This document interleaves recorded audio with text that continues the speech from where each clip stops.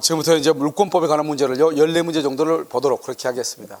우리가 이제 50번까지가요, 민법 총칙에 관한 것이고요. 자, 51번부터 보면, 1번, 부동산 물권을 등기 없이 줄고요. 등기 없이 취득이죠. 취득할 수 있는 경우가 아닌 거죠. 아닌 것. 그러면 등기 없이 취득, 그러면 187조죠. 등기 없이 취득할 수 있는 것이 아니죠. 아닌 것은 186조를 찾아라 이 말이죠. 법률 행위. 여기 보면 신축 동그라미. 그러면 분묘기지권 줄고요. 이게요, 희한하게 우리 시험에만 분묘기지권이 3번인가 정답으로 나왔을 거예요. 2번인가? 3번인가? 다른 시험에는 단 한 번도 정답을 한 적이 없거든요. 그런데 이 분묘기지권은 뭐냐면 써요. 법정지상권이죠. 관습상 법정지상권이요. 그러니까 법정이란 말의 뜻이 뭐죠? 등기를 한다 안 한다? 안 하죠. 그래서 법정지상권은 등기하지 않는 것이에요. 아시겠죠? 그 다음에 상속이죠. 상속 줄고요. 이러면 상속이란 게 뭐예요? 등기하지 않죠? 또 두 가지를 더 써야 돼. 뭘 써야 돼? 포괄유증. 그 다음에 합병 이렇게. 포괄유증, 합병 이렇게요. 그 다음에 여기 법정지상권이죠. 여러분 봐. 2번하고 4번은 같은 말이에요. 2번하고 4번은 같은 말이야. 뭐죠? 법정지상권하고 뭐하고요? 뭐하고 같은 말이에요? 분묘기지권하고 같은 뜻이에요. 그러니까요, 여기다 정답을요, 2번이나 4번을 찍은 사람은 용서가 안 되는 사람이죠. 알겠죠? 2번하고 4번은 똑같은 말인데. 그래서 2번이나 4번 찍으신 분 계세요? 알겠죠? 자, 5번 점유 취득시효. 취득시효 줄고요. 취득시효는 법률의 규정인데 우리 법의 245조 제1항에서 등기를 함으로써 소유권을 취득한다고 법에 규정되어 있어. 그래서 등기를 하는 거예요. 알겠죠? 그런데 여기 봐봐. 원칙적으로 여기에서는 등기라는 것은 뭐다? 무슨 계약이죠. 계약. 3개. 뭐 계약이라고 안 나와. 그냥 3가지 딱 나와. 뭐? 매매, 교환, 증여. 3가지. 매매, 교환, 증여. 이 3가지는 계약이에요. 소유권 이전에 관한 것이기 때문에 등기를 해야 돼. 그래서 여기서 만약에 시험에 뭐라고 나온다? 매매로 인한 소유권 취득 이렇게 나올 수 있죠. 그러면 매매가 바로 뭐다? 계약이죠. 법률 행위죠. 뭐가 있어야 돼? 등기가 있어야 된다 이런 뜻이에요. 이해되셨죠? 오케이. 자, 52번 민법상 점유죠. 점유자는 평온 공연하게 점유항소 동그라미 추정 동그라미 추정에다 써 무과실 X. 무과실은 추정되지 않아요. 뭐만 추정된다? 그래서 평온 공연 선의 그 다음에 자주 점유만 추정되죠. 2번 매매 계약을 원인으로 토지의 소유자로 등기한 자는 통상 줄고 이전 등기할 때 그 다음에 토지를 인도받아 점유 줄고. 우리는 여러분 봐봐요. 건물하고 토지는 전혀 다르죠. 우리가 건물의 경우는 이사 가면 되잖아요. 그때 우리는 인도받았다고 하는 거죠. 키를 받았을 때도 인도받았다고 하죠. 그런데 토지는요, 키를 받을 수도 없고 이사 갈 수도 없잖아요. 그러면 토지는 언제 내가 인도받는 것으로 보는 것이냐? 이전 등기를 할 때 인도받은 것으로 본다 이런 뜻이에요. 자, 다음에 3번 점유자가 점유물에 대해서 행사하는 권리는 적법하게 보유하면서 추정한다 이렇게 돼 있죠. 자, 여기 봐봐. 점유물 줄거의 첫 번째. 우리가 이러면 부동산의 경우는 등기가 공시방법이고 동산은 인도, 즉 점유의 이전이 공시방법이죠. 그래서 여기서 점유물 줄구시고 서 동산의 한하고 동산의 한하고 동산의 한해 동산 다른 건 안 돼. 동산의 한하고 뭐는 안 된다? 동산만 되고 뭐는 안 돼? 부동산 X. 부동산은 절대로 안 돼. 적법 동그라미 보유 동그라미 추정 동그라미 적법하게 보유항소 추정. 추정에다가 거기다가 본다 그러면 큰일 나. 그래서 여기는 딱 2가지만 조심하는데 점유물은 동산만 말한다. 그 다음에 추정이지 본다가 아니다. 아시겠죠? 2가지. 4번 악의의 점유자 줄고. 그러면 악의의 점유자는 3가지가 더 있어. 악의의 점유자 써. 첫 번째 뭐? 첫 번째 은비. 2번째 폭력. 오케이. 소재기 시부터 다시 뭐라고? 폭력, 은비, 소재기 시부터 악의 점유자죠.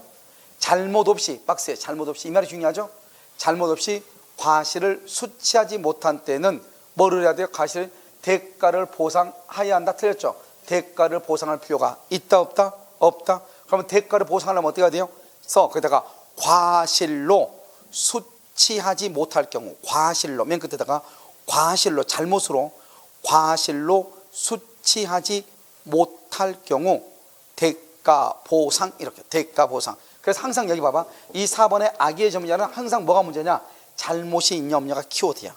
잘못이 있느냐 없느냐. 잘못 없이 수치하지 못했다. 보상 의무가 없다. 잘못으로 수치하지 못했다. 보상 의무가 있다. 키워드가 뭐라고? 잘못이 있냐 없냐.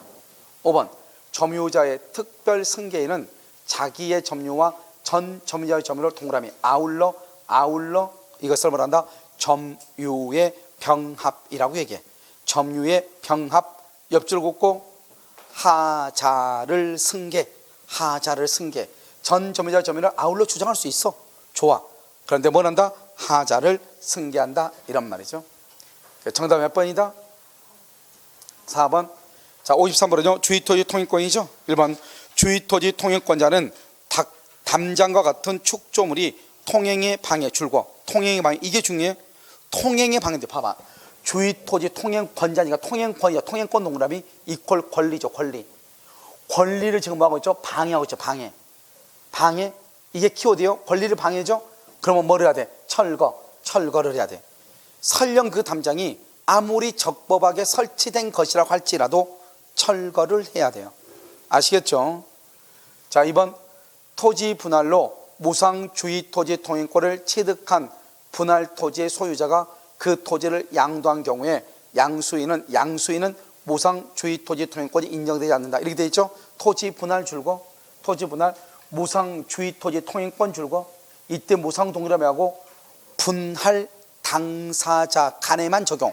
분할 당사자 두 사람 사이에서만 적용이 돼. 분할 당사자 간에만 적용. 알겠죠? 양수인 다른 말로 특별 승계에는 적용이 된다 안 된다? 안 돼. 여기 양수인 줄고 이퀄 특별 승계인이라고 얘기해. 특별 승계인은 뭐가 되나? 유상이다 무상이다? 유상이다. 뭐라고 한다? 유상. 이렇게 얘기를 해. 그래서 무상이 인정되지 않는다. 맞죠? 3번 소유 토지의 용도에 필요한 통로가 이미 있다. 통로가 이미 있어. 그런데 그 통로를 사용하는 것보다 줄거 편리하다고. 더 편리하다고 해서 다른 장소로 통행할 권리가 인정된다 안 된다? 안 된다. 편리하다는 이유만으로 다른 곳으로 통행로를 내달라 그러면 안 된단 말이죠. 4번 기존의 통로 줄고 우리가 봐봐 여기처럼 이렇게 기존의 통로가 있죠. 우리가 학원이면 학원에서 이 정도 통행로는요 이건 거의 한강이다 이렇게 보시면 돼요. 알겠죠? 이 정도 통행로는. 그런데요 이것이 만약에 실질적으로 우리가 살고 있는 어떤 주거지역의 통행로다. 그럼 말이 돼 안 돼? 안 되죠. 통행로가 있죠. 그런데 주거시설이 있단 말이죠. 그렇다 하더라도 현재 주거시설을 이용하기에는 현저하게 좁죠. 그럼 기존에 있다가 할지라도 더 넓혀달라고 할 수 있어 없어? 있다 이 말이죠. 그래서 기존의 통로가 있다. 그래서 당해 토지 이용에 줄거 이용에 부적합해. 그러면 뭐다? 통행권은 인정된다. 인정되지 않는다가 아니고 인정된다 이렇게. 그 다음에 주의 토지 통행권이 일단 발생하면 나중에 그 토지에 접하는 줄거 공로가 개설. 우리가 통행권이 한 거 뭐예요? 길이 없을 때 인정되는 거죠. 남의 토지를 이용하는 거잖아요. 그런데 나중에요 지자체에서 길을 만들어서 그 땅에 접하는 공로가 생겼어. 그럼 그쪽으로 걸어다니면 되죠. 그래서 공로가 개설되면 통행권은 뭐가 된다? 소멸한다. 소멸되지 않는다 그러면 안 돼. 소멸한다 이렇게. 아시겠죠? 정답 몇 번이다? 2번이다 이렇게. 자, 54번 부동산의 점유취득시효죠. 1번 시효취득자는 시효취득시효의 완성으로 바로 소유권을 취득할 수가 없고 바로 안 돼. 우리 방금 앞에서 문제 풀었죠. 186조냐 187조냐. 점유취득시효는 등기를 함으로써 소유권을 취득하죠. 여기 한번 봐봐. 취득시효 완성 동그라미 완성되죠. 그럼 여기 봐. 바로 밑에 소유권 이전 등기 청구권이 발생해요. 소유권 이전 등기 청구권이 발생. 여기까지 줄고 등기 청구권이 발생하죠. 이것을 뭐란다 써? 이퀄 법정채권이라고 그래요. 법에서 정해진 대로 법률의 규정에 의해서 발생한다 이 말이죠. 맨 끝에 써 등기함으로써 원시취득을 해. 원시취득. 희한하죠. 우리가 원래 원시취득은 등기한다 안 한다? 안 하죠. 그런데 취득시효는 등기를 함으로써 원시취득을 해요. 아시겠죠? 2번 시효취득자의 점유가 계속되는 동안 이미 발생한 소유권 이전 등기 청구권은 시효로 소멸한다 안 한다? 안 하죠. 줄거 점유가 계속 바로 밑에 시효로 소멸하지 않는다 줄고 옆줄 긋고 점유상실하면 10년의 소멸시효. 점유를 상실하죠. 그러면 10년의 소멸시효에 걸려. 옆줄 긋고서 시효 이익을 포기하면 시효 이익을 포기하면 즉시 소멸. 다시 이제 봐. 딱 세 가지요. 점유가 계속 소멸시효에 걸리지 않는다. 점유를 상실 10년의 소멸시효에 걸린다. 시효 이익을 포기 즉시로 소멸한다. 알겠죠? 4번, 3번. 시효 취득으로 인한 소유권 이전 등기의 청구권이 발생하면 부동산 소유자와 시효 취득자 사이에 계약상 채권 관계가 성립된 것으로 본다 줄고 계약상 채권 관계 우리는요 등기부상 소유자와 시효 완성자 사이에서는 채무 불이행의 문제가 있다 없다 없죠. 지금 여기서 계약상의 채권 관계란 말은 한 사람은 임대인이고 한 사람은 임차인이다 이런 뜻이에요. 그러면 임차인의 점유는 타주 점유가 돼버리잖아요. 절대로 채권 채무 관계가 발생할 수가 있다 없다 없다 없다. 채권 채무 관계가 발생하는 것이 아니다. 알겠죠? 그래서 옆에 하면 그때가 채무 불이행의 문제 X. 채무 불이행의 문제가 없어. 무슨 문제는 발생할 수 있는데 불법 행위 책임은 발생할 수 있는데 채무 불이행의 문제는 발생할 수가 없다 이런 말이에요. 4번 등기부상 소유 명의자가 진정한 소유자가 아니라면 이렇게 되지. 이게 문제죠. 원칙적으로 그럴 상대로 취득시효 완성을 원인으로 소유권 이전 등기를 청구할 수가 없죠. 그래서 그럼 여기 이건 이제 뭐죠? 이건 이게 봐. 지금 4번을 보면은 이런 것이죠. 4번은요 순서가요 1번 지금 원래 소유자가 A인데요. 등기부상으로는 지금요 갑으로 돼 있어. 갑 명의로 되어 있는 등기가 무효인데요. 그것을 전혀 모르는 을이요. 을이 갑 명의로 되어 있는 등기부상 갑으로 되어 있는 토지를 점유해서 20년이 됐다 이 말이죠. 그러면 20년이 됐으니까 등기를 청구해야 되겠죠. 등기를 청구하려고 했더니 갑 명의의 등기가 무효인 거예요. 그러면 무효인 등기로부터는 이전 등기를 청구할 수가 없잖아요. 그럼 어떻게 해야 돼? 이 을은 이 사람의 등기가 무효면 이 사람이 진정한 소유자다 이 말이죠.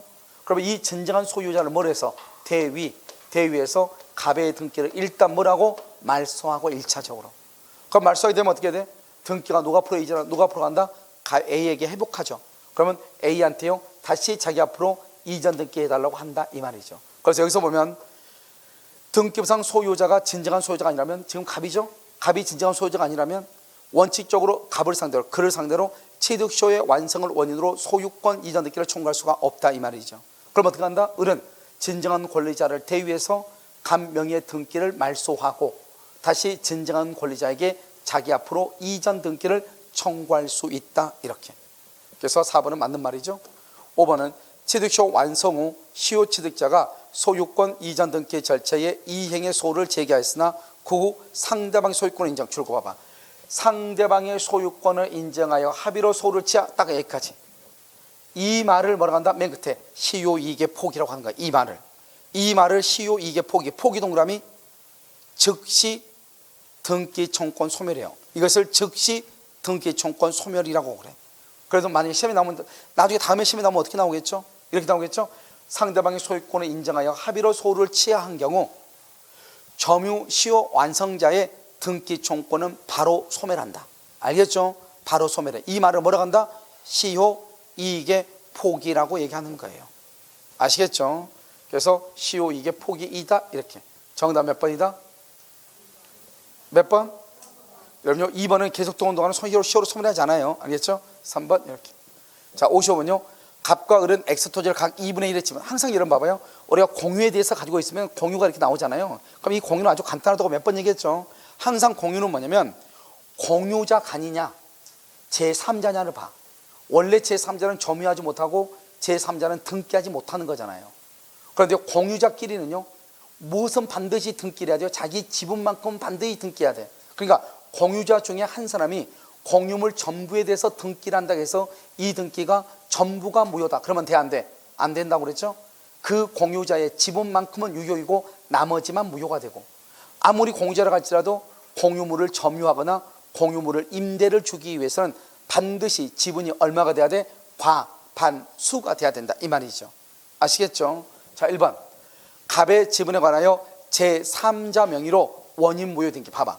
지금 여기 갑과 을이 각각 2분의 1이란 말이죠. 그런데 우리가 봐봐. 보존행위라고 하는 것은 뭐냐? 보존행위. 보존행위는 공유물에 대한 공유 관계에서 나와. 공유물에 대해서 누군가가 불법으로 점유하거나 공유물에 대해서 누군가가 전부에 대해서 등기를 하고 있을 때 이런 말이란 말이죠. 그런데 지금은 여기 봐봐.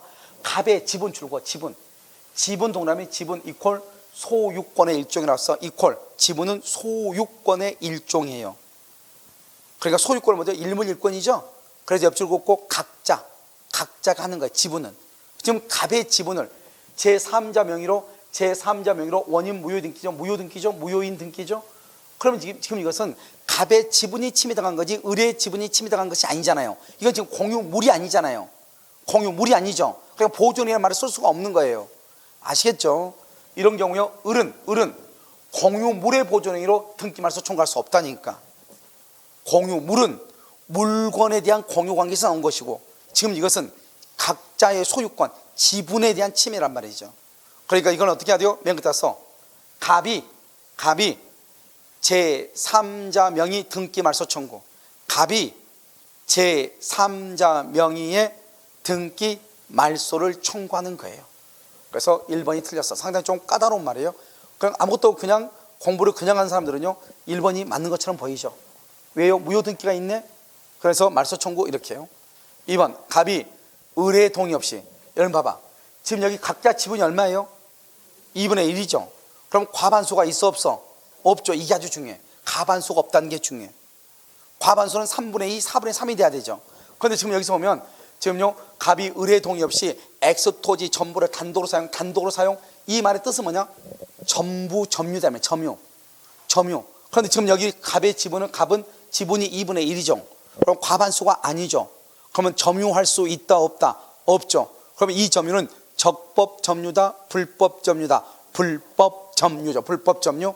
여기까지 불법 점유 이 말이죠. 그럼 을은 당연히 불법 점유니까 뭐다? 보존행위. 보존해서 전부를 자기에게 반환할 것을 청구할 수 있다. 2번이 맞죠. 2번은 보존행위는 각자가 전부의 반환을 말할 수 있다. 청구할 수 있다. 3번 갑과 을이 X토지의 각. 이건 좀 달라. 이건 공이 아니에요. 봐봐. 특정 부분을 구분하여 소유. 여기까지 줄고 특정 부분을 구분하여 소유 이퀄 구분 소유적 공유라고 얘기해. 이걸 구분 소유적 공유. 다른 말로 상호 명의 신탁이라고 얘기해요. 특정하여 소유한다 이 말이죠. 구분 소유적 공유 상호 명의 신탁이라고 얘기해. 소유하면서 공유 등기를 했죠. 공유 등기한 경우 갑 자신이 구분 소유하는 지상의 건물을 봐봐. 갑 자신이 구분 소유하는 지상의 건물을 신축. 여기까지 써. 거기다가 토지와 건물 소유자가 동일이죠. 토지와 건물 소유자가 동일. 옆줄 긋고 법정지상권 성립해. 법정지상권의 성립해. 그러니까 우리가 구분소유적 공유니까 갑은요 자기 땅 위에다가 자기가 건물을 건축했죠. 따라서 을은 갑에게요 건물의 철거를 청구할 수가 있다 없다? 없다. 건물의 철거를 청구할 수 없다. 맞는 말이죠. 4번 갑이 을의 동의 없이 X토지 2분의 1을 이 말이 뭐예요? 이런 봐봐. 배타적으로 사용이란 말이 무슨 말이에요? 배타적으로 사용. 몇 번 얘기했어. 배타적이란 말이 잘 나온다고. 배타적으로 사용이란 말은 점유라는 뜻이에요. 그러니까 지금 갑의 지분은 얼마예요? 과반수와 소수다? 소수죠. 소수는 점유할 수 있다 없다? 없죠. 그런데 점유했죠. 배타적으로 사용했죠. 적법 점유다 불법 점유다? 불법 점유이다. 을은 여기 줄고 부당이득 반환. 부당이득의 반환 줄고 부당이득의 반환은 뭐다? 써. 돈 옆줄 긋고 지분 비율로 청구해. 돈은 항상 공유해서 돈은 각자가 지분 비율로 청구를 해. 다시 각자가 무슨 비율로? 지분의 비율로 청구한다. 각자가 지분의 비율로. 그래서 을은 그의 지분 비율로 갑에게 부당이득 반환을 말할 수 있다. 청구할 수 있다. 이렇게. 5번 제3자가 권한 없이. 제3자 딱 나왔죠. 그럼 제3자는 점유나 그 다음에요 등기를 하면 된다 안 된다? 안 되죠. 제3자가 권한 없이 자기 명의로 X토지 소유권 이전 등기 줄고 등기 제3자가 등기했어서 무효 등기죠. 제3자의 등기는 무효의 등기죠. 제3자는 공유자가 아니니까 등기하면 안 되잖아요. 등기를 했죠. 이 등기는 무효죠. 무효니까 여러분 어떻게 해야 돼요? 전부의 말소를 청구해요. 보존행위죠. 각자가, 갑은 각자가 동그라미 보존행위로서, 그래서 무효 등기에 동그라미 전부 말소 청구해. 전부의 말소를 할 수 있다, 청구할 수 있다, 이렇게 청구할 수 있다, 이렇게. 정답 몇 번이다? 1번이에요. 이렇게. 자, 56번 물권의 소멸이죠. 소유권과 저당권은 소멸시효 걸리지 않죠. 소유권은 항구성이 있어서 걸리지 않고, 저당권은요, 저당권은 종된 권리죠. 그래서 저당권 줄 것이고, 피담보 채권이 존재하는 한, 피담보 채권이 존재하는 한 독립하여 소멸했어. 독립해서 소멸되지 않아요. 왜요? 종된 권리니까. 주된 권리인 채권이 존재하는 한 독립해서 소멸하지 않아요. 그래서 옆줄거서 지상권, 지역권은 20년의 소멸시효. 지상권, 지역권은 20년의 소멸시효에 걸려. 2번 물권의 포기 줄고, 물권의 포기는 물권의 소멸을 목적으로 한 단독행위다. 단독행위는 맞아. 이 물권은 뭐가 있어? 물권은 두 가지예요. 소유권이 있고 제한물권이 있죠. 단독행위는 단독행위죠. 그래서 거기다가 단독행위다가 상대방 있는 하고 밑에다가 없는 두 가지로 나눠. 상대방이 있는 경우가 있고 없는 경우 두 가지가 있어. 상대방 없는 경우는 뭐다? 소유권, 점유권 포기. 소유권과 점유권의 포기는 상대방이 없어. 상대방이 있는 경우는 뭐다? 제한물권. 제한물권은 우리 전세권은 누구한테 포기해야 돼요? 집 주인한테 포기하죠. 상대방이 있다 이 말이죠. 그래서 소유권과 점유권은 상대방이 없는 것이고, 제한물권은 상대방이 있는 것이고. 3번 전세권이 저당권의, 이 말이 봐봐. 이 말이 무슨 말이야? 전세권이 저당권의 목적 줄고 이퀄. 이 말이 뜻이 뭐예요? 전세권이 저당권의 목적이라고 하는 말의 뜻이 뭐예요? 그래서 거기다가 전세권 위에 저당권 설정 이런 말이에요. 전세권 위에 저당권이 설정됐다 이 말이에요. 알겠죠? 그러니까 전세권 위에 저당권이 있으니까 저당권자를 보호해야 되겠죠. 그러니까 전세권자는요, 자기 멋대로 전세권을 포기하면 된다 안 된다? 안 되죠. 그래서 저당권자의 동의 없이 전세권을 포기할 수 없다. 너무나 당연하죠. 4번 존속 기간이 있는 지상권은 특별한 사정이 없으면 그 기간의 만료로 말소 등기 없이 소멸한다. 이렇게 되죠. 자, 지상권 줄고 지상권을 써 용익물권이라고 해요. 용익물권. 용익물권은 기간의 만료 동그라미 만료가 되죠. 기간이 만료되면 말소 등기 없이 소멸해. 말소 등기 없이 소멸해. 그래서 우리가 지상권, 지역권, 전세권은 존속기한이 만료되면 당연히 소멸하죠. 그래서 등기 없이 줄 것이고 써 187조 법률의 규정이에요. 그래서 이것은 187조 법률의 규정에 의할 때 다시 나와. 5번 갑의 토지에 을이 지상권을 취득한 후 그 토지에 저당권을 취득한 병이 그 토지의 소유권을 취득하더라도, 이게 무슨 말이에요? 이 말이 무슨 말이야? 5번은 무슨 뜻이에요? 1번이 누구예요? 1번이 누구야? 갑의 토지에 을이 지상권이죠. 지상권이 있고 여기 병이요 저당권이죠. 그런데 이 저당권자가 소유권을 취득했다 이 말이죠. 토지의 소유권. 그럼 병이 소유자가 되죠. 그럼 병의 저당권 어떻게 돼? 소멸해 안 해? 이러면 우리가 혼동해서 가장 기본적인 틀이 뭐예요? 이해 당사자가 없다. 자기 밑에 아무도 없다. 그럼 무조건 뭐 한다? 소멸하지만 자기 밑에 누군가가 이해 당사자가 있다. 소멸한다 안 한다? 안 한다 이 말이잖아요. 그래서 지금 여기는 보면 병의 밑에는 누가 있어 없어? 없죠. 그래서 소멸한다 안 한다? 안 한다 이 말이죠. 아시겠죠? 여기 아무도 없죠. 아니 소멸한다 이 말이 소멸한다. 알겠죠? 자기 이해 당사자가 있어 없어? 없으니까. 그래서 저당권은 소멸하지 않는다. 틀렸죠. 됐죠? 정답 몇 번? 5번이에요. 자, 57번은 관습상 법정지상권이죠. 1번 법정지상권 줄고, 법정지상권은요 써 취득시 등기액서. 취득할 때 등기 안 해. 법정지상권은 취득할 때. 항상 우리가 법정이란 말은 취득할 때는 등기하지 않지만 뭐를 할 때? 여기 양도는 하면 처분이에요. 양도는 처분이죠. 처분할 때는 뭐를 해야 돼? 등기를 해야 돼. 등기. 그 다음에 2번 관습법상 법정지상권자는 그 지상권을 등기하여야 지상권을 취득할 당시 토지 소유자로부터 토지를 양수한 제3자에게 대항할 수 있다. 틀렸어요. 여기 봐봐. 여기 보면 법정지상권이요, 갑의 토지 위에요, 을이 만약에 법정지상권을 가지고 있어. 여기 을이 법정지상권이죠. 그런데 지상권은 등기한다 안 한다? 등기하지 않죠. 등기하지 않아도 물권으로서 뭐가 있어? 대항력이 있어. 그럼 봐봐, 지상권은 등기를 하지 않아도 물권으로서 대항력이 있어. 그러면 등기가 없어도 토지 소유자에게도 대항할 수 있고, 이 토지를 양수한 병에 대해서도 등기 없이 지상권자로서 대항할 수 있는 거예요. 왜? 지상권은 물권으로서 대항력이 있는 거거든요. 그래서 여기서 보면 관습상 법정 지상권자는 등기하여야 지상권을 등기하여야 X에 등기하여 X하고 하여가 아니고 등기 없이도 지상권을 취득할 당시 토지 소유자뿐만 아니라 토지 소유자로부터 토지를 양수한 제3자에게 대항할 수 있다. 등기 없이도. 하여야가 틀렸어. 등기 없이도. 이렇게 2번 틀렸죠.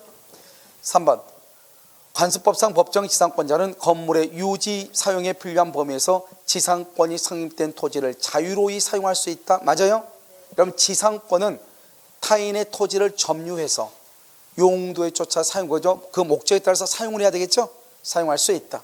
4번 관습상 법정 지상권의 지로에 관하여 당사자 간의 협의가 이루어지지 않으면 당사의 청구에서 법원이 정한다. 협의가 되고 협의가 안 되면 법원이 정해. 옆줄 껐어. 법원의 판결 전후에 걸쳐 법원의 판결 전후에 걸쳐 2년이 경과하면 법원의 판결 전후에 걸쳐 2년이 경과하면 지상권 소멸 청구, 지상권의 소멸을 말 수 있다. 청구할 수 있다 이 말이죠. 그래서 지상권 소멸을 청구한다 이렇게. 5번 동일인 소유 건물과 토지가 매매로 인하여 서로 소유자가 다르게 되었으나 당사자가 그 건물을 철거하기로 합의한 때는 줄거 철거하기로 합의. 우리가 지상권이라는 게 뭐예요? 타인의 토지 위에 건물을 소유하는 거죠. 남의 땅 위에 건물을 소유하는 거죠. 그런데 건물을 철거하기로 했다는 거예요. 그럼 건물을 소유한다 안 한다? 안 하죠. 지상권이 있다 없다? 없다. 그래서 지상권은 성립되지 않는다 이렇게 표현을 하는 거예요. 정답 몇 번이다? 1번이다 이렇게. 몇 번? 2번이다 이렇게. 2번. 자, 58번 지역권이죠. 그러면 지역권에 대한 설명으로 틀린 것은 이렇게 되겠죠. 1번 토지의 불법점이자 박스에 불법점이자는 세 가지가 안 돼. 세 가지. 첫 번째 통행지역권은 시효처도 할 수 없어. 또 써 그 옆에다가 2번 주위 토지 통행권 X, 주위 토지 통행권, 또 유치권 X, 주위 토지 통행권 X, 유치권 X 세 가지가 안 돼. 알겠죠? 불법점이자. 그런데 여기요, 여러분요, 통행지역권은 시효취득 박스에 통행지역권은 시효취득 박스에 써요. 통행지역권은 시효취득하면 어떻게 되냐? 손실을 보상해야 한다. 이퀄 유상원칙 이렇게. 손실을 보상해야 된다. 손해를 보상해야 돼요. 땅 주인이에요. 그러니까 결국 유상이 원칙이다 이 말이에요. 이게 바로 뭐가 달라요? 분묘기득권하고 다르죠. 이런 분묘기득권은 무상이 원칙이잖아요. 그런데요, 통행지역권을 시효취득하면 유상이 돼버려요. 왜? 판례가 손실을 보상해야 된다 이렇게 했으니까. 2번 승역지의 점유가 침탈이 돼요. 침탈, 동그라미 침탈. 그러면 승역지의 점유가 침탈하면 지역권자는 승역지의 반환을 청구할 수 있다 없다? 없죠. 반환 청구 안 되죠. 우리 시험에 지금 2번 나왔죠. 반환 청구 안 돼. 왜요? 지역권은 뭐를 하지 않으니까 점유를 하지 않죠. 우리가 점유를 하지 않는 거 두 가지가 있어. 뭐가 있어? 지역권과 저당권이죠. 그래서 지역권과 저당권은 점유하지 않죠. 점유하지 않으니까 지역권이나 저당권에 대한 반환 청구권이 있다 없다? 없다 없다 이렇게. 3번 승역지는 반드시 일필의 토지, 지금 바뀌었죠. 승역지를 뭐로 바꿔야 돼? 요역지는 일필의 토지여야 하지만 승역지는 일필의 토지 일부라도 뭐하다 바꿨어. 그래서 요역지와 승역지를 바꾸란 말이죠. 요역지와 승역지를 바꿨어요. 그 다음에 4번 요역지의 전세권자 줄거요. 요역지의 전세권자 또 써 지상권자 임차인.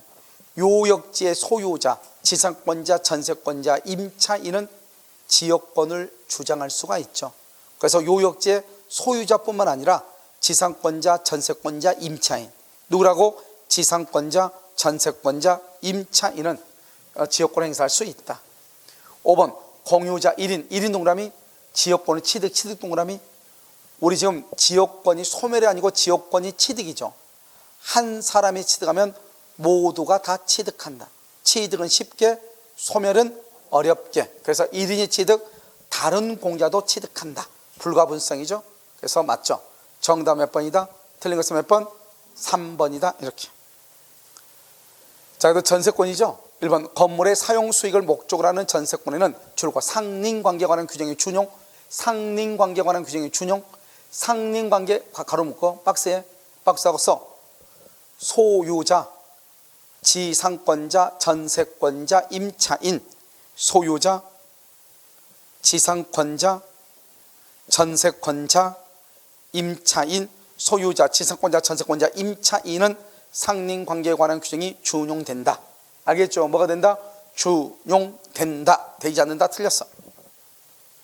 2번 전세권자는 그의 점유가 침해당할 때 점유보호 청구를 행사할 수 있다. 전세권자 줄고 여기 동그라미 점유 침해죠. 점유. 전세권자는 점유한다잖아요. 그러나 점유가 침해당하면 점유보호 청구를 행사할 수 있죠. 점유보호 청구권 줄고서 지역권 X, 저당권 X. 왜요? 지역권과 저당권은 점유한다 안 한다? 안 하죠. 그래서 지역권과 저당권은 점유하지 않기 때문에 점유보호청구를 행사할 수가 없다. 이렇게. 3번 설정행위로 금지하지 않으면 전세권자는 전세권을 타인에게 양도할 수 있죠. 설정행위로 금지, 여기만 줄고 그것을 말한다. 전세권 양도 금지 특약. 전세권 양도 금지 특약 플러스 등기 옆줄 이퀄 대항. 전세권 양도 금지 특약 플러스 등기 이퀄 대항. 그래서 우리가 전세권은 전세권 양도 금지 특약을 할 수 있고 그 특약을 등기하면 뭐 할 수 있다? 대항할 수 있다. 이런 뜻이에요.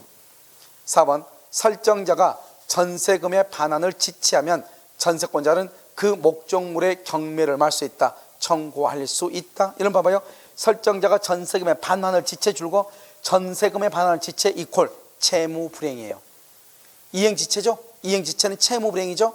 채무불이행이 있으면 뭘 할 수 있다? 경매를 청구할 수 있다. 그래서 이 말의 뜻이 뭐죠? 전세권에도 뭐가 있다?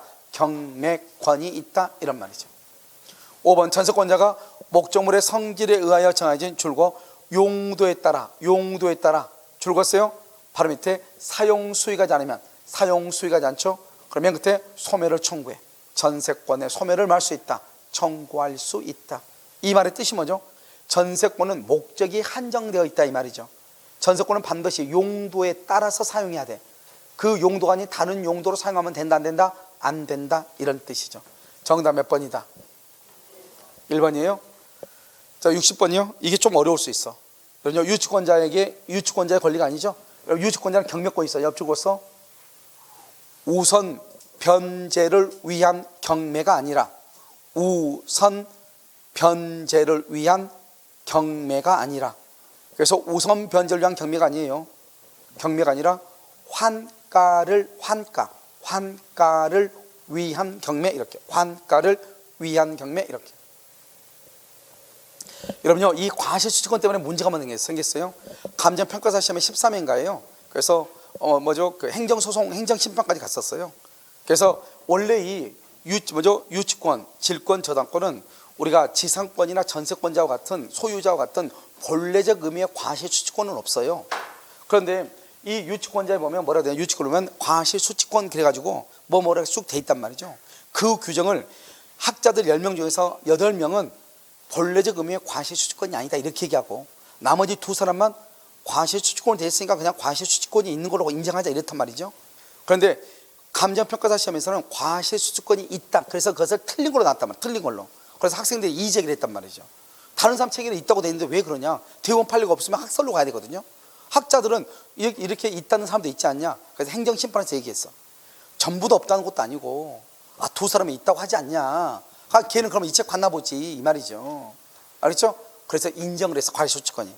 그런데 이것이 우리 시험에 지금 다시 났단 말이에요. 이게요. 다시 몇 년 뒤에 우리 시험에 다시 났단 말이죠. 다시 나왔을 때 똑같이 또 문제가 됐어. 알겠죠? 과실수취권이 과연 있느냐 없느냐. 그런데 그것은 그때 당시 감정평가사 시험에 나왔던 행정심판 소송을 모르는 사람들이 자꾸 이걸 따진단 말이죠.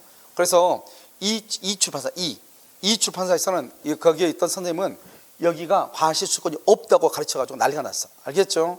우리가 논리적으로 보면은 당연히 본래적 의미의 과실수권은 아니지만 우리가 행정심판에 의해 가지고 과실수권이 인정이 됐단 말이죠. 그리고 우리가 수험생 입장에서는 더 이상 따질 필요가 있어 없어? 없는 거죠. 그래서 유치권자의 유치권에 보면 과실수취권이 있는데 그때 과실수취권은 유치권자가 과실을 수취해서 자신의 채권 변제에 우선 충당하기 위해서 과실을 수취한단 말이죠. 그러니까 본래적 의미의 과실수취권은 아니지만 행정심판에서 유치권자에게도 과실수취권이 인정된다 이렇게 결론이 나와 있어. 그러니까 우리는 그에 따라가면 된다 이런 말이죠. 그래서 유치권자도 뭐가 있다? 과실수취권이 있다. 아시겠죠? 자, 비용상환청권, 비용 동그라미하고 여기요 필요비 유익비. 그래서 필요비 유익비에 대해서 즉 유치권 행사 중에 필요비와 유익비를 지출하죠. 그러면 그 지출한 필요비 유익비에 대해서 또 뭐 할 수 있다? 유치권을 주장할 수 있다 이런 말이죠. 그 다음에 간이 변제 충당권이죠. 이 간임의 충당권 줄거 먼저 정당한 이유가 있어. 정당한 이유 플러스 그 다음에 법원의 청구, 법원에다 청구해야 돼. 플러스 했어요. 그 다음에 감정인의 평가, 플러스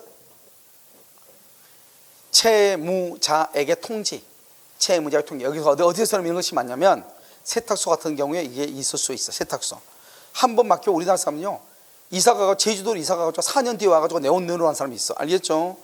그 여자 이상한 여자죠. 그렇잖아요. 4년 동안 내가 그 옷을 보관하는 보관자냐고. 그렇잖아요. 그래서 세탁물법에서는 다른 데 한번 세탁소를 한번 봤더니요 1개월 이내에 찾아가지 않으면 뭐 임의로 처분합니다 이렇게 밖에다 써놨더라고요. 제가 왔을 때 그건 아닌 것 같고 3개월인가 이렇게 들은 것 같은데 거기를 보니까요 1개월이라고 써놓은 데가 있더라고요. 그러니까 나중에 세탁소 같은 데 한번 옷 맡기러 가잖아요. 그분들은 다른 건 다 몰라도 유치권에 대해서는 아주 기차게 알아요. 알겠죠? 왜요? 그걸 교육을 받거든요. 유치권 세탁업을 할 때 제일 먼저 그 교육을 받을 때 그게 받는단 말이죠. 그래서 유치권 언제 되면 유치권을 행사하는 거예요? 뭐 이렇게 물어보란 말이죠. 기간은 언제예요? 물어봐. 그러면 뭐라고 얘기할 거예요. 그러면 내가 민법에서 배웠던 유치권이 여기서가 있구나 하는 걸 금방 알 수 있죠. 자요 타담보 제공 청구 이게 뭐죠? 봐봐. 타담보 다른 담보를 제공해서 타담보 제공 청구권이 나오니까 이러면 조금 이상하죠. 다른 담보를 제공하기 위해서 유치권 소멸 청구예요. 유치권 소멸. 이것만 딱 써놓으니까 이건 뭐지? 이렇게 헷갈린단 말이죠. 타담보를 제공해서 유치권 소멸하는 청구예요. 그러니까 유치권 소멸 청구는 봐봐요. 유치권자가 유치권 소멸해달라고 하겠어요? 누가 해달라고 그래? 채무자, 설정자가 해달라고 하겠죠. 유치권자는 자기가 잡고 있는데 자기가 소멸 청구를 못 할 거 아니에요. 그러니까 그냥 여기 딱 보면 다른 담보 제공 청구 그러니까 이게 무슨 말이지? 그 말은 채무자가 다른 담보를 제공하고 유치권의 소멸을 청구하는 것을 타담보 제공 청구권이라고 하는 거예요. 알겠죠? 그 옆에다 뭐라 쓴다? 동시이행 항변권 X. 동시이행 항변권에는요 다른 담보를 제공하고 유치권의 소멸을 청구할 수가 있다 없다? 없다. 그래서 우리가 이제 보통 유치권과 동시이행 항변권을 비교를 할 때 이 타담보 제공 청구권을 거기다 비교로 넣는 것이에요. 아시겠죠? 정답 몇 번이다? 5번이다. 이렇게. 자, 61번요. 저당권이죠. 1번. 저당권 설정자가 저당권 설정 후 건물을 축조하였으나 경매 당시 제3자가 그 건물을 소유하는 때에도 일괄 경매 청구권이 인정된다. 이렇게 돼 있죠. 참 이건 봐봐요. 이게 지금 우리가 뭘 하냐면 우리가 법정 지상권하고 일괄 경매 청구권하고 차이점 뭐예요? 일괄 경매는 토지의 저당권 설정 당시 건물이 없고 그다음에 설정하고 난 다음에 건물을 신축해. 그다음에 일괄 경매가 되기 전에 토지와 건물의 소유자가 뭘 해야 돼? 동일해야 돼. 그런데 법정 지상권은 처음에 토지나 건물의 저당권을 설정할 당시 처음부터 토지 위에 뭐가 있고 건물이 있고 토지와 건물의 소유자가 동일해야 돼. 동일. 그게 큰 차이죠. 그럼 봐봐.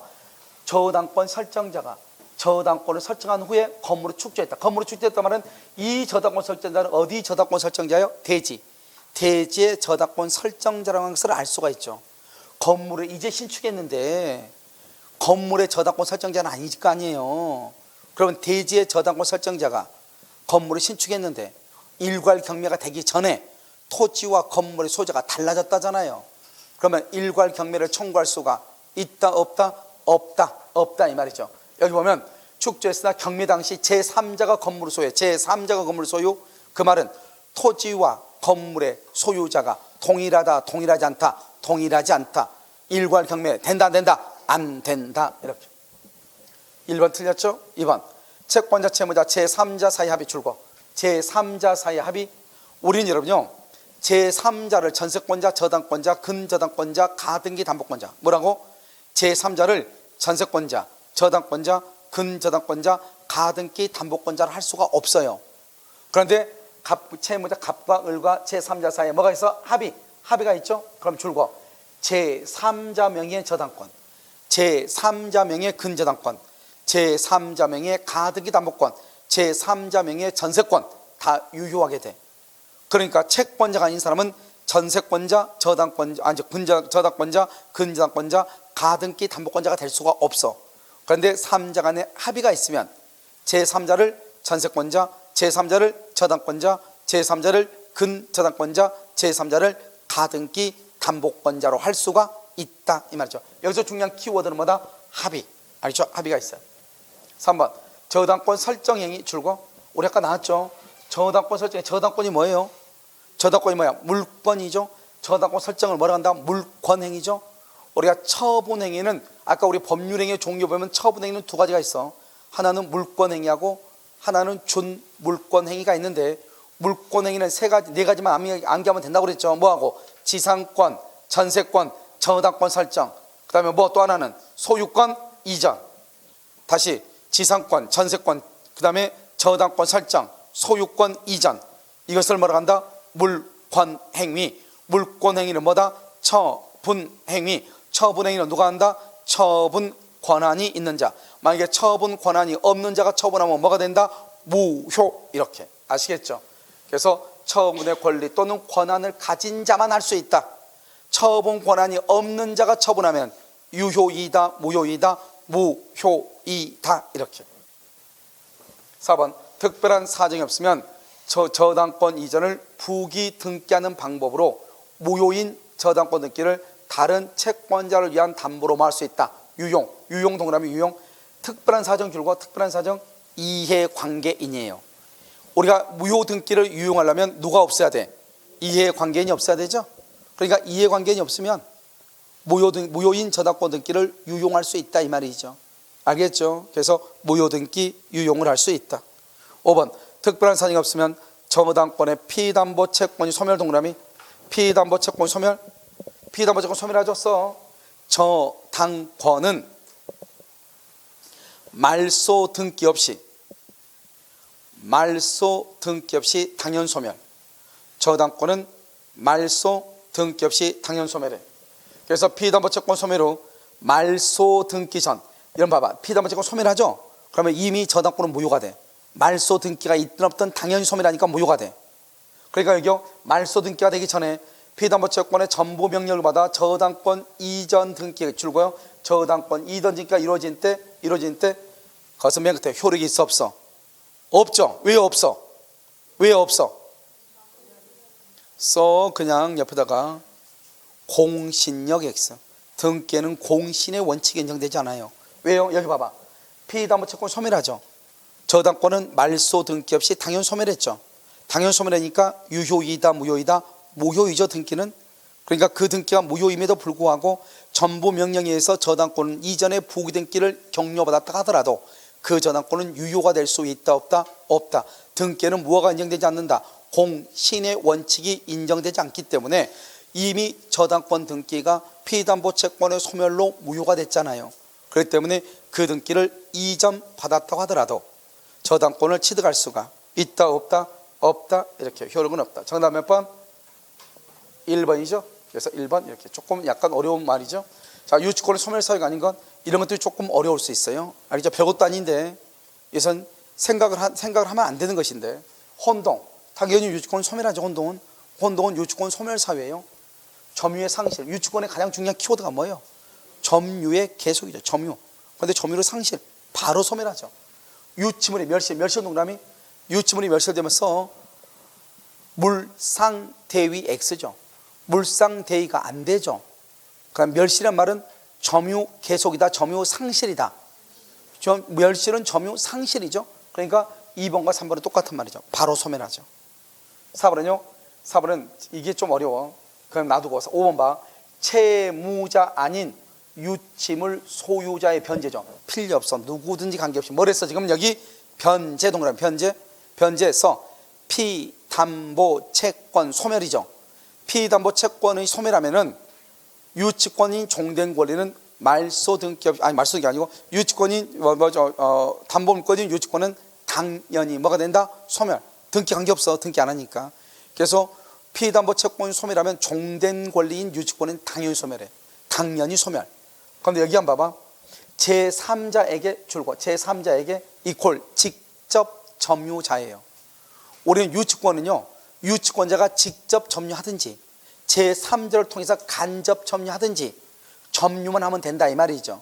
그러니까 제3자에게 유치물을 보관시켰다 이 말은 제3자가 무슨 점유? 직접 점유. 써 거기다가 플러스 유치권자가 간접 점유 이 말이에요 이게. 그러니까 유치권자가 간접 점유해도 유치권은 인정이 된다 이런 말이죠. 아시겠죠? 옆줄 긋고 써. 옆줄 긋고 뭐라 쓰냐? 채무자가 직접 점유. 채무자가 직접 점유 플러스 유치권자가 간접 점유하면 유치권 소멸. 채무자가 직접 점유하고 유치권자가 간접 점유하죠. 그때는 유치권 소멸해. 근데 지금 여기는 채무자가 아니고 지금 누구라고 돼 있어? 제3자가 이렇게 제3자가 직접 점유, 유치권자가 간접 점유.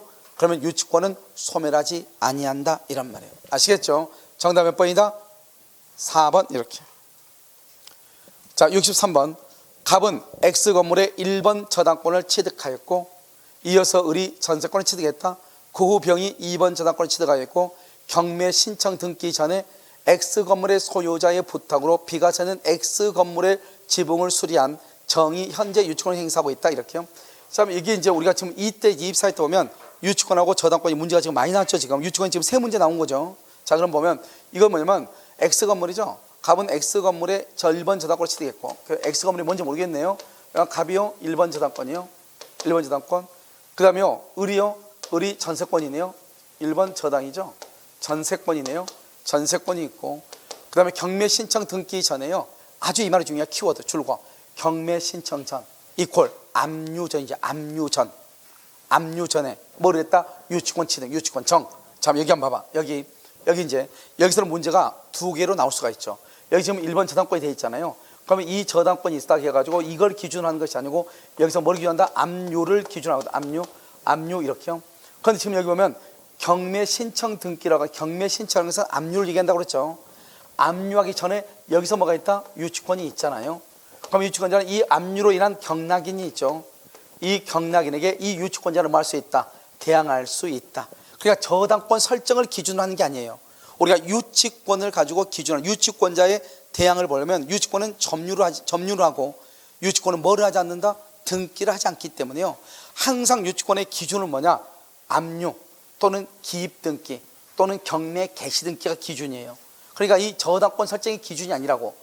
그래서 저당권에 대한 경매 개시등기, 경매 기입등기, 압류등기가 기준이라고. 그 압류등기가 있기 전에 유치권이죠. 이 유치권자는 압류로 인한 경락인에게 뭐 할 수 있다? 대항할 수 있고.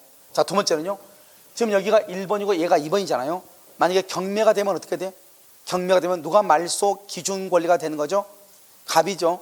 여기 갑이죠. 갑 이하의 권리는 모두가 다 뭐가 된다? 소멸하는 것이고. 따라서요. 전세권자는 경락인에게 대항할 수가 있다 없다? 없다. 이런 것들이 여기서 나오겠죠. 자, 1번 한번 볼까요? 갑의 경매 신청으로 경매 신청했죠. 갑이 압류했다 이 말이죠. 무가 건물을 매수했죠. 무가 매수했죠. 그러면 X 건물을 목적으로 하는 모든 권리는 소멸한다. 여기 봐봐요. 지금 여기서 하면 유치권을 소멸한다 안 한다? 안 한단 말이에요. 유치권은. 여러분요 항상 우리가 경매가 되면 봐. 압류 후에 유치권이 나갈지라도 경매가 되면 유치권을 소멸하지 않아. 왜? 우리가 소멸한다고 하는 것은 등기부상의 권리가 말소가 된다 이런 뜻이에요. 그런데 우리 유치권은 등기를 한다 안 한다? 안 하죠. 그러니까 유치권은 말소가 되는 것이 아니고 뭐다 소멸되는 것이 아니고 인수가 돼. 인수.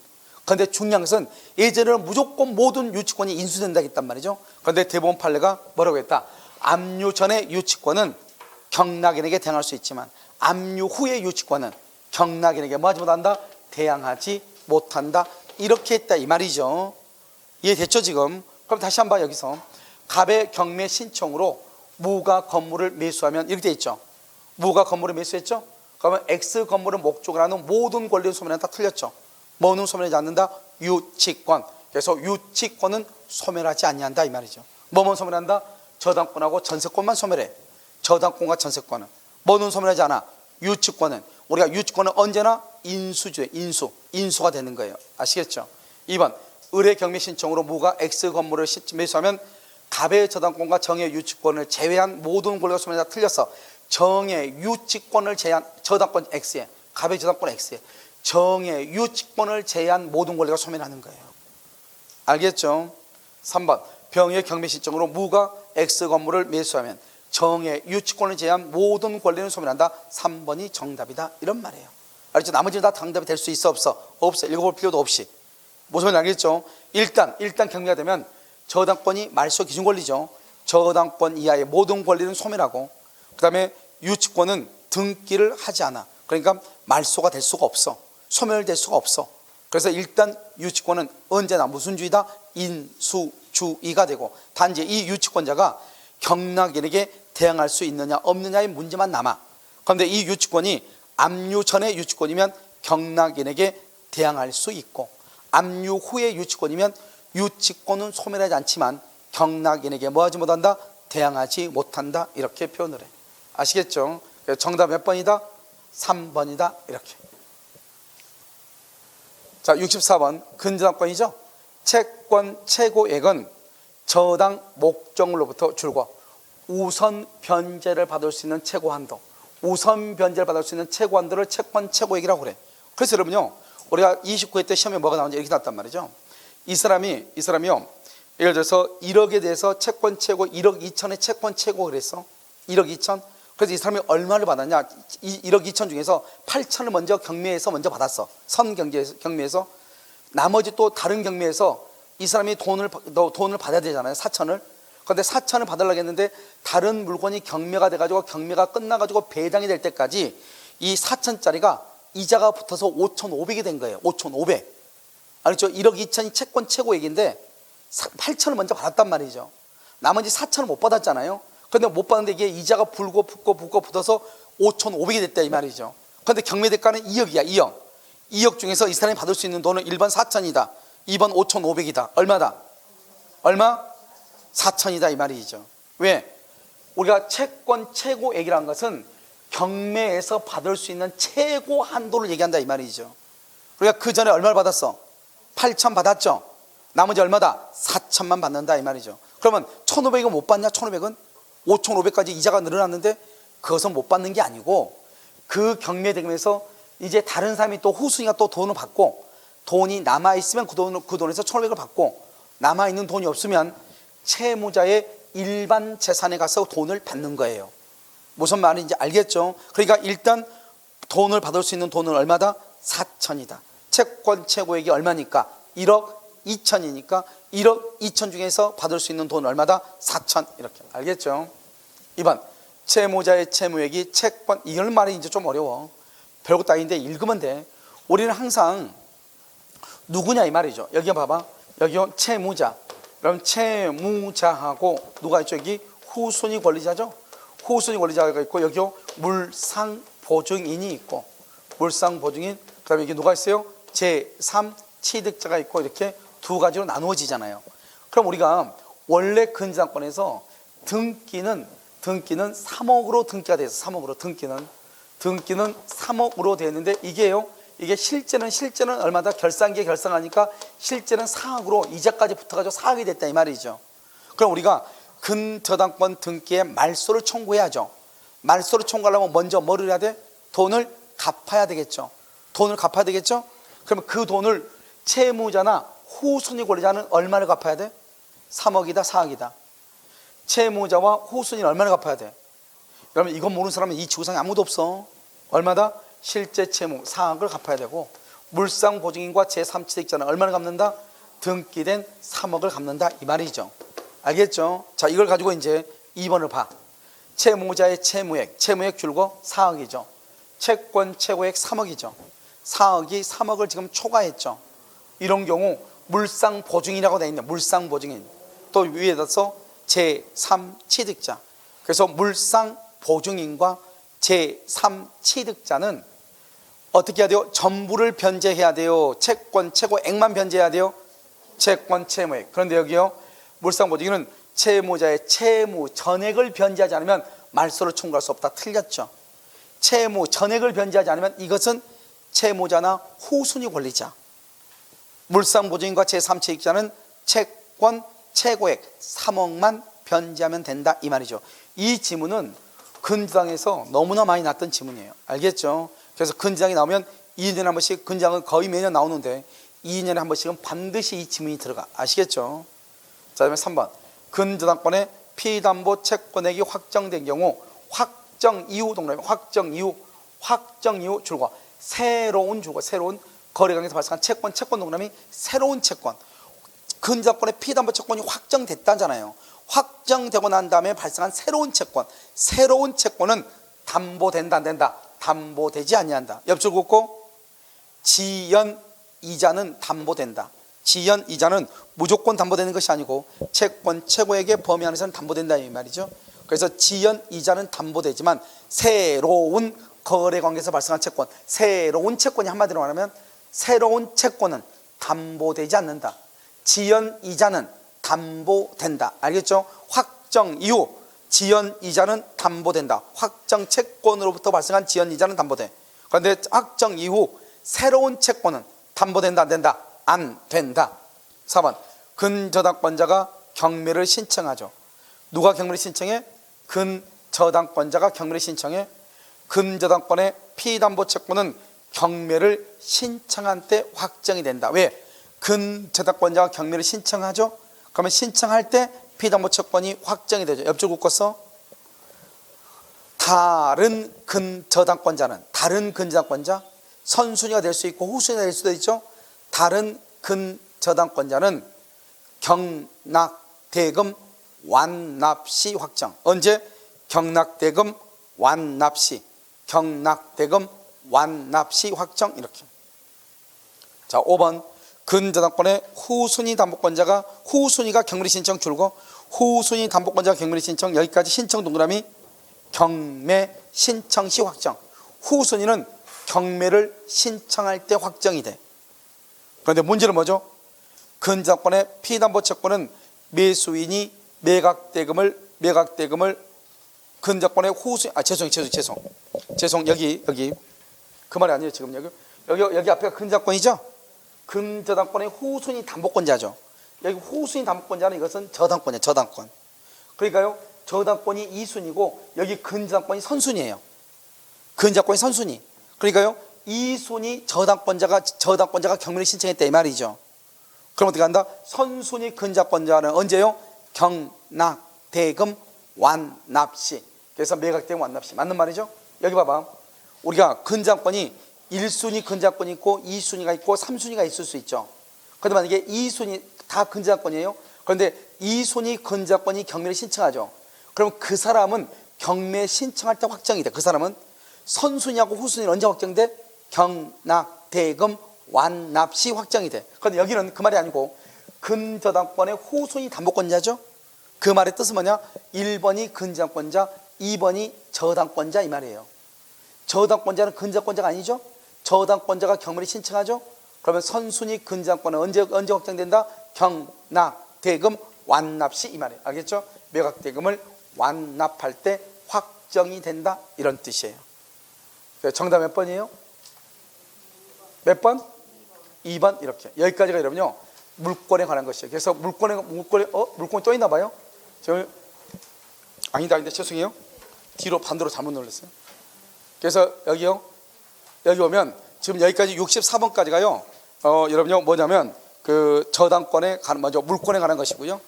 그래서 물권에 관한 것을 보면은 이번 24회 시험에는 뭐가 많이 나왔냐? 유치권하고요, 저당권 부분에 관한 것이 시험에 많이 나왔어요. 아시겠죠? 그래서 지금 최근에요, 유치권하고 저당권 중에서 무조건 기본적으로 지금 최근에는 4문제씩이 무조건 나오고 있어. 알겠죠? 물권법 모두에서 14문제거든요. 그래서 유치권과 저당권에서 4문제 이상이 나오고 있다. 계속이요. 그렇게 보시면 되고, 잠깐 쉬었다 이제 65번부터는요, 우리가 채권법에 관해서 10문제를 보도록 그렇게 하겠습니다.